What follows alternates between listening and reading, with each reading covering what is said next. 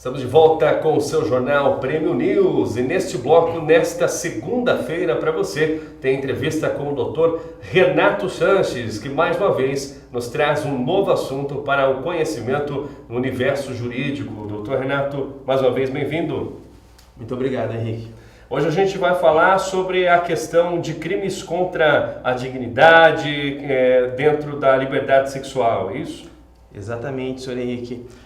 Frente a essas questões levantadas nas últimas semanas em especial, frente a uma questão midiática que tomou uma grande proporção na nossa nação, cabe oportuno trazer aos nossos telespectadores, aqui os nossos internautas, né, o que de fato são as condutas previstas na legislação penal acerca do que é o crime de estupro, quais as suas incidências, quais as suas questões e abrangências também, né? Antes de adentrar ao tema proposto, cabe pontuar que existe uma grande incidência de quantidades de violência sexual de natureza culminada com a questão do estupro no Brasil. Tem-se uma estatística recente que mais de 164 práticas de violência sexual ao dia. Posterior a isso, cabe pontuar que sempre que há um relato por parte de uma suposta vítima frente a uma situação de estupro, tem de se aplicar inicialmente um sigilo, ou seja, um segredo de justiça nesse primeiro relato de conduta criminosa e posterior a isso, essa vítima inicialmente tem que ser acolhida ali e prestar os seus esclarecimentos à autoridade policial e, se necessário, vão também ser tratadas questões de perícia e demais condicionamentos a essa questão propriamente dita do estupro, né? O estupro está previsto no Código Penal, no seu artigo 213. O artigo 213 ele está no rol dos crimes contra a liberdade sexual, como o senhor Henrique bem colocou aqui no início do programa. Liberdade por quê? Porque essa liberdade é violada quando alguém constrange mediante violência ou grave ameaça a fim de satisfazer a sua lascívia por meio de uma conjunção carnal ou mesmo um ato libidinoso. Cabe aqui pontuar que a conjunção carnal, ela se dá mediante a própria penetração. E o ato libidinoso são situações no aspecto, pela perspectiva sexual, que não culminam propriamente dito na cópula, ali na relação sexual de penetração propriamente dita, mas também há uma questão para satisfazer aquela vontade libidinosa do agressor. Esse é o crime de estupro pela sua análise e perspectiva mais ampla, que tem uma pena de 6 a 10 anos inicialmente para aquele que for condenado por esse crime. Muito bem, doutor Renato, o Código Penal assevera as medidas e as punições para as pessoas que cometem essa conduta criminosa.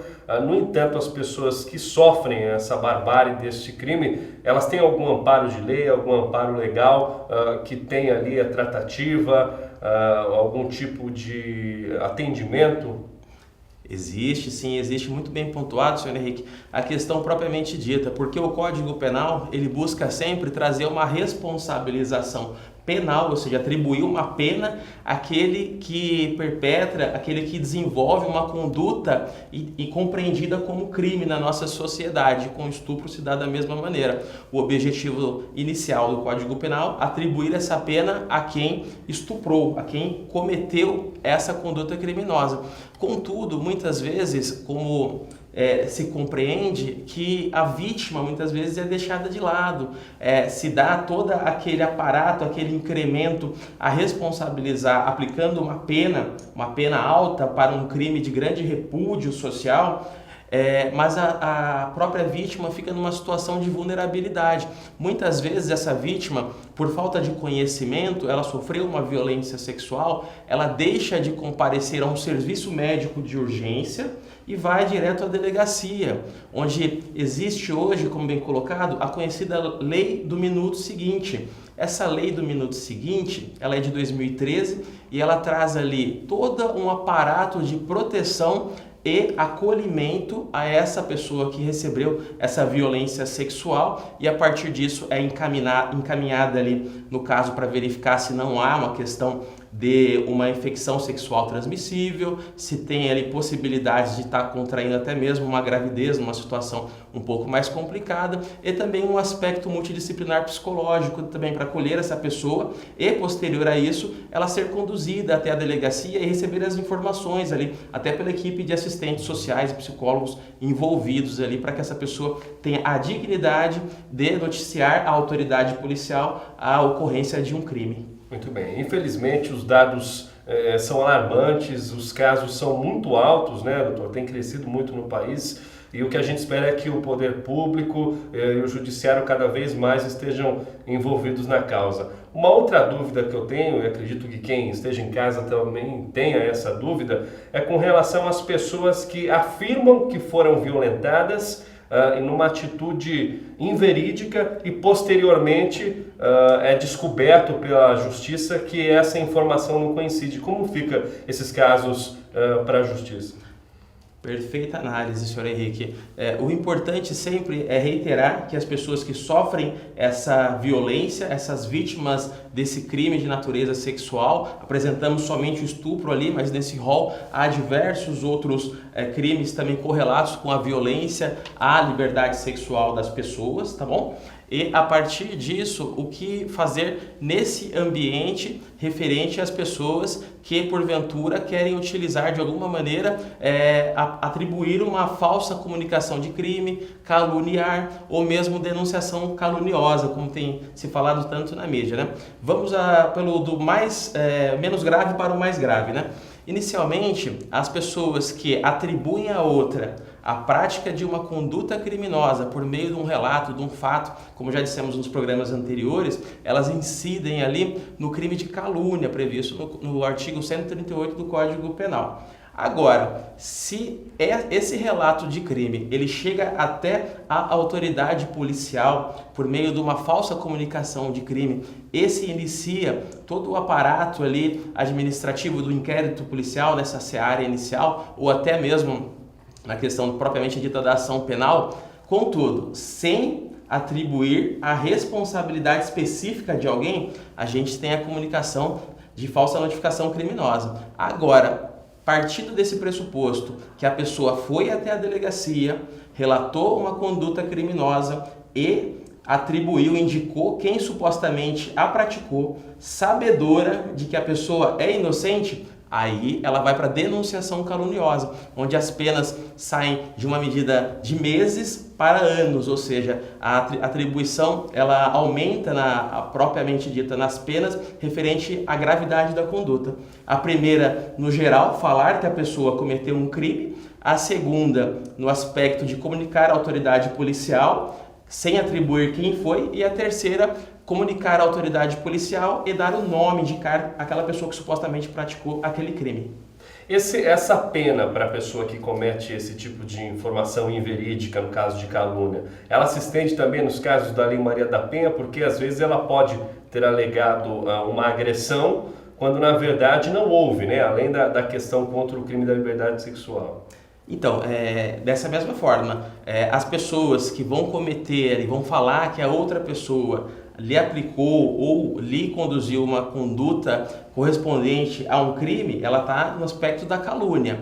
Se trouxe mais elementos ali, ela retorna propriamente dita na questão da comunicação do falsa de crime e depois da denunciação caluniosa. Contudo, a Lei Maria da Penha, ela pode possibilitar às pessoas as medidas protetivas tão enraizadas na própria estrutura dessa legislação, para que as pessoas que recebem essa medida protetiva, elas tenham o aparato de segurança, seja de afastar o agressor da casa, seja de impedir que a pessoa que está no ambiente ali doméstico ou tem um relacionamento, um namoro ou uma relação familiar de permanência no mesmo espaço, sejam afastadas deste lugar para preservar a vítima. Agora, se a suposta vítima comete condutas de atribuir ali questões falsas de crime, ela vai ser responsabilizada naqueles 3 artigos, como dissemos, o 138, o 340 e o 339 do Código Penal brasileiro. Doutor Renato, qual que é o primeiro passo para vítima verídica, né, dos fatos de crime contra a liberdade sexual ou que tenham aí, tido a agressão por parte de outro? Qual que é o primeiro passo e depois a sequência do que vai se desenrolar no inquérito?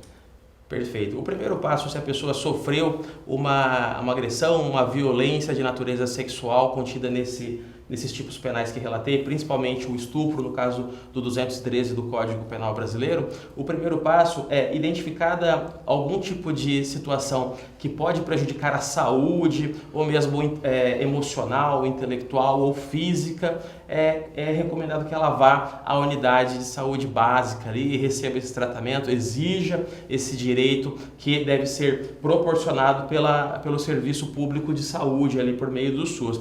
No segundo momento ali, é recomendável que ela vá imediatamente relatar o ocorrido à autoridade policial por meio do boletim de ocorrência inicialmente lavrado, que será posteriormente incidido resultante no inquérito policial. Esse inquérito policial, ele deve tramitar em segredo de justiça, é uma exigência legal contida no artigo 234B do Código Penal, que está nesse rol propriamente dito que dizemos acima, e a partir disso, o delegado de polícia vai fazer toda a investigação para verificar quais são os elementos de autoria e de materialidade, quem foi que supostamente praticou, e materialidade, quais as provas que são contidas nesse inquérito, para ao final ele gerar um relatório, e esse relatório dá subsídio ao Ministério Público para entrar com a sua petição inicial, chamada assim, a peça de denúncia, para que o juiz avalie se há elementos para iniciar a ação penal propriamente dita, e temos assim o processo. Tem um caminho ainda para as pessoas que sofrem as violências, mas devem seguir esse caminho propositivo aqui para que tenham maior segurança nos seus aspectos de relato de crime. Doutor Renato, muito obrigado pelas informações, pelo conhecimento passado. A gente está sempre procurando cumprir o nosso papel de levar informação verdadeira e autêntica para as pessoas, né? Perfeito, Sr. Henrique. Então agradeço a entrevista de hoje e te aguardo na semana que vem. Sempre um prazer. Obrigado. Essas foram as notícias e informação da sua edição de hoje do Prêmio News. Continue com a nossa programação e nos encontramos na próxima edição. Até lá!